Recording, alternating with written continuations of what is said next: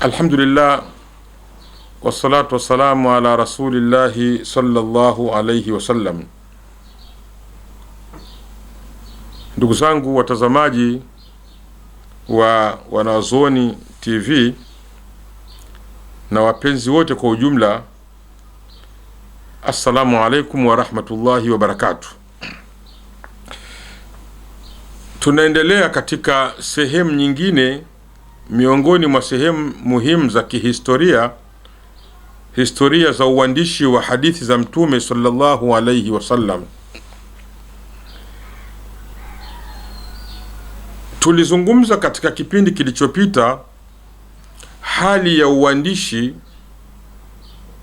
katika jamii ya Waarabu kabla ya Mtume hajaja kuwaletea Uislamu na kuwafundisha.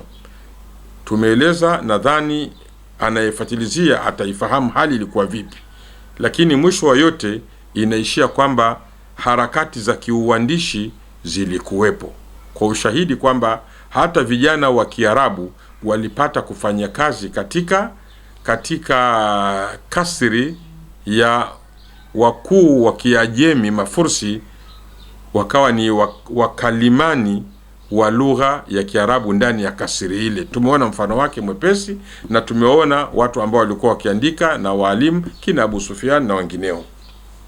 Sasa leo ni sehemu muhimu sana vile vile katika kuanza safari yetu ya uandishi wa hadithi za Mtume sallallahu alaihi wasallam, lakini bado nakupa ile hali ya uandishi tu ili kuwaje.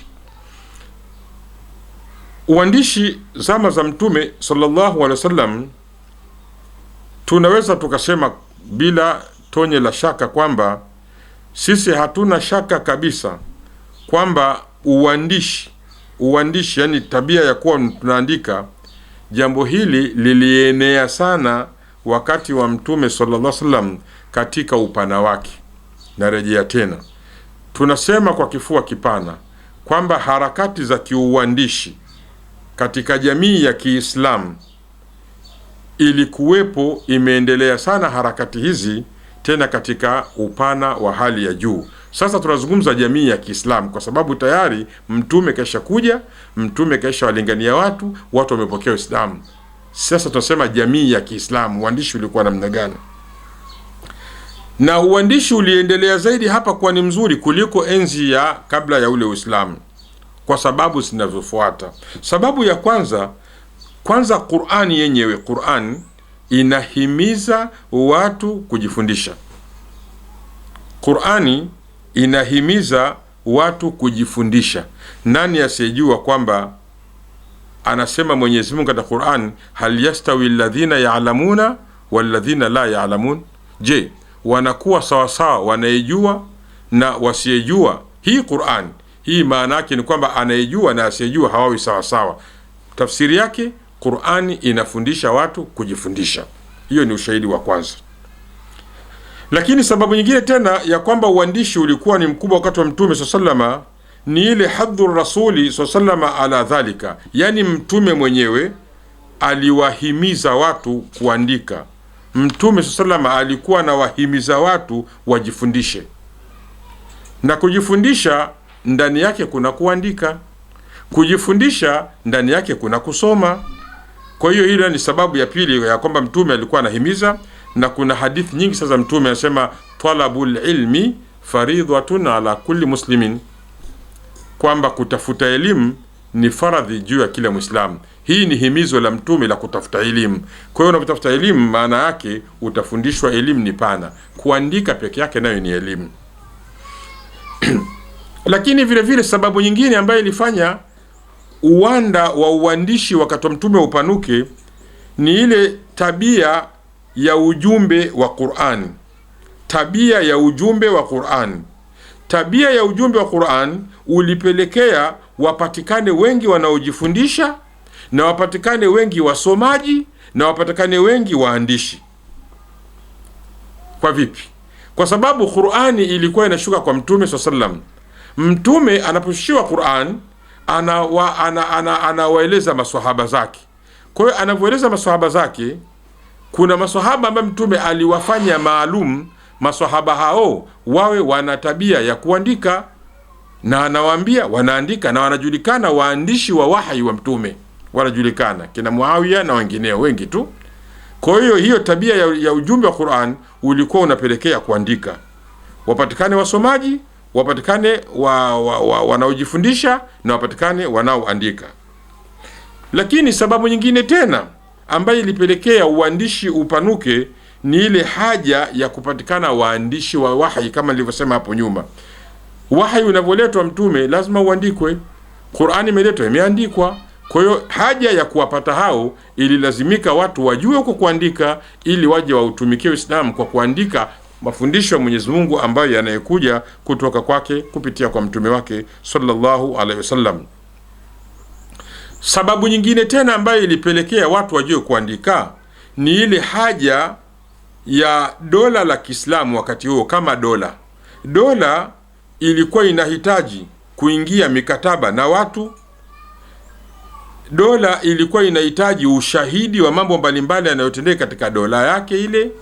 Sasa yote yakitokea majibizano ya watu na watu, kukopeshana, mikataba na kadhalika, lazima vitu hivi viandikwe ili viwe ni ushahidi katika makubaliano ya biashara au makubaliano yoyote yale.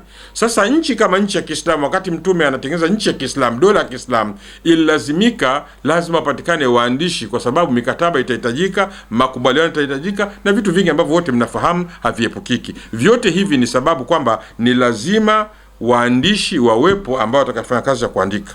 Kwa maana hiyo mtume sallallahu alikuwa na waandishi wa wahi. Katika historia tunaambiwa alikuwa na watu 40 kazi yao ni kuandika wahi, watu 40.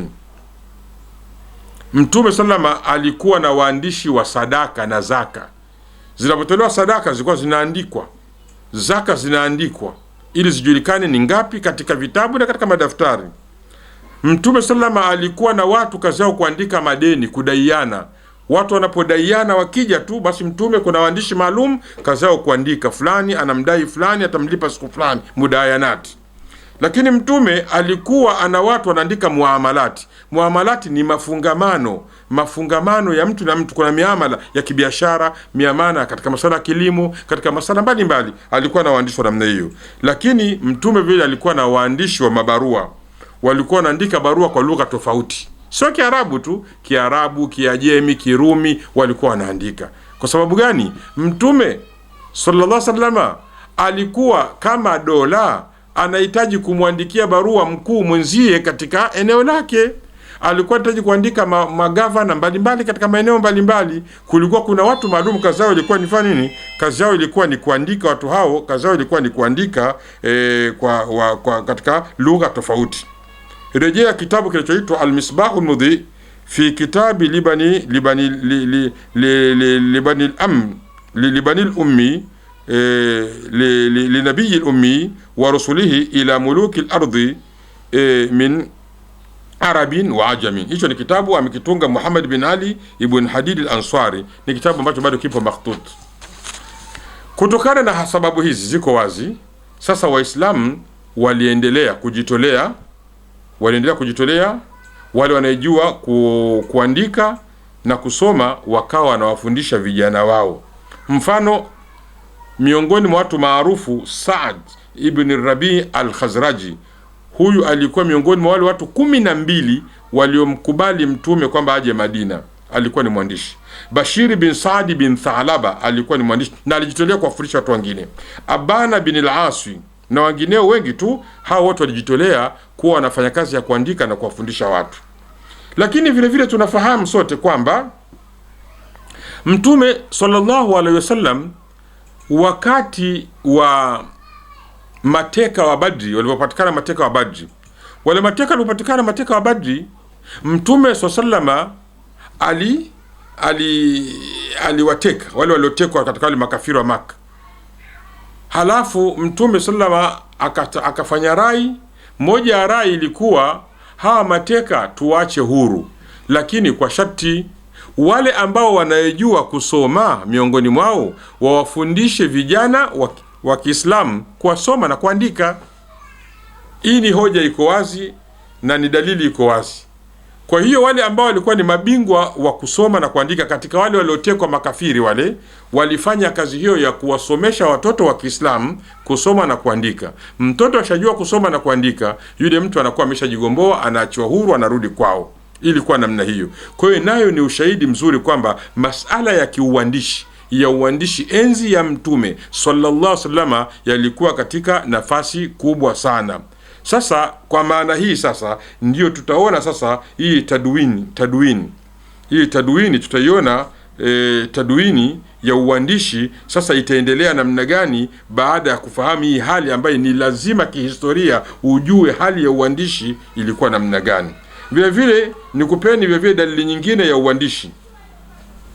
Wanawake wa Kiislamu walikuwa wanajua kuandika vile vile katika majumba yao, na walikuwa wanajifunza kuandika vile vile. Bwana mmoja anaitwa Abu Bakar bin Suleiman bin Abi Hathma amepokea kutoka kwa Shifa binti Abdallah, anasema kwamba dakhala alayya Rasulullah sallallahu alayhi wasallam, Mtume aliingia nyumbani kwangu na mimi nilikuwa kwa Hafsa ambaye ni mke wa Mtume. Akaniambia Mtume, ala taalamina hadhihi ruqya, je wewe anamwambia mkewe, haujifunzi hii ruqya? Yani ruqya ujifunzi ruqyati naml, yani dawa ya kujitibu labda na mdudu. Kama allamtiha alkitaba, yani huyu bwana alikuwa anafundishwa kuandika na mama anafundishwa kuandika. Alikuwa anafundishwa, Mtume sallama akasema kwamba haujifundishi hii dawa, hujifunzi kuijua dawa ya kutibu kama umeumwa na mdudu kama unavojifundisha kuandika. Hii maana yake ni kwamba zoezi la kujifunza kuandika lilikuwepo zoezi hilo hata kwa wanawake ndani ya majumba yao. Hii maana yake ni kwamba Uislamu ulikuwa wanaandika wakati wa Mtume sallallahu alayhi wasallam. Kwa maana hiyo tunaomba watu tuwe makini, watu tufahamu na tuelewe tunaposema kwamba Uislamu ni dini ya Mwenyezi Mungu imehifadhiwa vizuri katika hali zote toka mwanzo wake. Tunasema kwa kifua kipana na tuna hakika. Ndio maana ikawa alislamu ya'lu, Uislamu uko juu, wala yu'la alaihi, wala haukaliwi juu na kitu kingine. Allah atuwafikishe. Sasa tutaendelea katika kuyafahamu. Sasa tunaanza kuingia katika mada yetu ya uandishi katika sura hiyo. Tumejaribu kwanza kukupeni ile sura ya uandishi kabla ya Mtume hajawafikia, tunasema kabla Uislamu. Halafu tumekupeni sura ya uandishi wakati wa Mtume mwenyewe yuko pale, uandishi ulikuwa namna gani na harakati zake zilikuwa namna gani. Sasa tunaendelea sasa huko, tutaanza kuingia katika masala sasa ya hadithi za Mtume au Qur'an na kadhalika, na hasa hadithi za Mtume zilikuwa zinaandikwa vipi, ama kama hazikuandikwa vipi. Hayo lazima utege sikio, na kama Muislamu ni lazima uifahamu historia yako muhimu, usije ukadanganywa. Na usisahau kushare na kusubscribe baada ya kusikiza hivi mazuri mengi yaendelee kukufuata.